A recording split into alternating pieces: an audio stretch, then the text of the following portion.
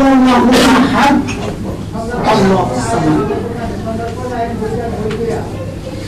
তাফসীরে ওহিতে আমার মুর্শিদ সৈয়দ আবুল খায়ের মুহাম্মদ ওহিউল্লাহ উনি বলেন যে কুল হুয়াল্লাহু আহাদ আল্লাহুস সামাদ লাম ইয়ালিদ ওয়া লাম ইউলাদ ওয়া লাম ইয়াকুল লাহু কুফুয়ান আহাদ, এই শানটা রাসূলের ক্ষেত্রেও প্রযোজ্য।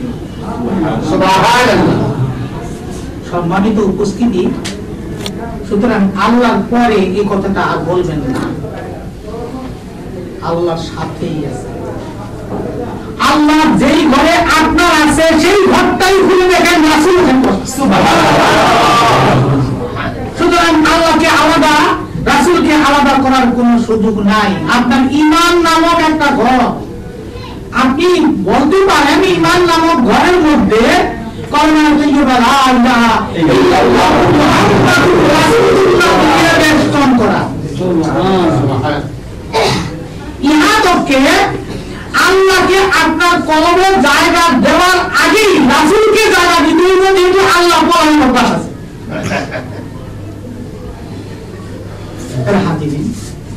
সুতরাং রাসূলকে আগে লইবেন লগে, তারপরে আল্লাহ আয়েশা করব অটো।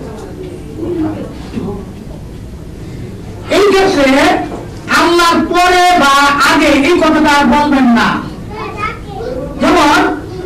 যেমন কি রাসূল মদিনা হইতে সবকিছুই পারেন দেখিতে, আল্লাহ রাসূল সব জায়গা হইতে সবকিছুই পারেন দেখতে, বুঝতে, জানতে। যেহেতু আল্লাহ রাসূল এমন প্রমাণ করতে হবে রাসূল ভিন্ন কোন বস্তু পৃথিবীতে নেই, এমন প্রমাণ করতে হবে রাসূল ভিন্ন কোন প্রাণীও নেই, না বস্তু আছে না প্রাণী আছে না জোয়ার ভাটা চলে। সুতরাং প্রত্যেকটা ক্ষেত্রেই আমাকে প্রমাণ করতে হবে রাসূল আগে, রাসূল আগে। আগে ঠিক আগে বলতে আরো একটু গভীরে চিন্তা করুন যে আপনার জান যখন আজরাইল নিতে আসবে, এটা আম কথা, জান আজরাইল নেবে না। কারণ লাকাদ জাআকুম রাসূলুম মিন আনফুসিকুম, আপনার জানটা তো রাসূল, সেই রাসূলকে আজরাইল নিতে আসবে, আজরাইল বাইরের ক্ষমতা আছে। এই অবস্থায় প্রত্যেকটা ক্ষেত্রেই আজরাইল আপনার সামনে হাজির হলো, তখন আপনি আপনার জান দেওয়ার আগেই তো রাসূলের জানটা আজরাইলের সামনে হাজির হয়ে যাবে। সেখানে রাসূল সাল্লাল্লাহু দেখে আজরাইল আপনার জানের উপর অত্যাচার তো পরের কথা, সালামের উপরে সালাম দিতে দিতে পুরা যেই দিক থেকে আইসত্রবালা সেই দিকে দেখি।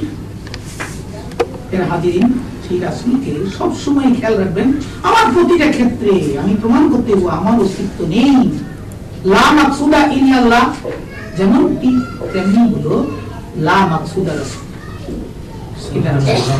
এর হাজিরিন, নাতে রাসূল, নাতে রাসূল, নাতে রাসূল রেদওয়ান সিদ্দিকী, রেদওয়ান সিদ্দিকী, আবু বকর সিদ্দিকী নাতে রাসূল পরিবেশন করবে, নাতে রাসূল পরিবেশন করবে আবু বকর সিদ্দিকী। শেষ হবে।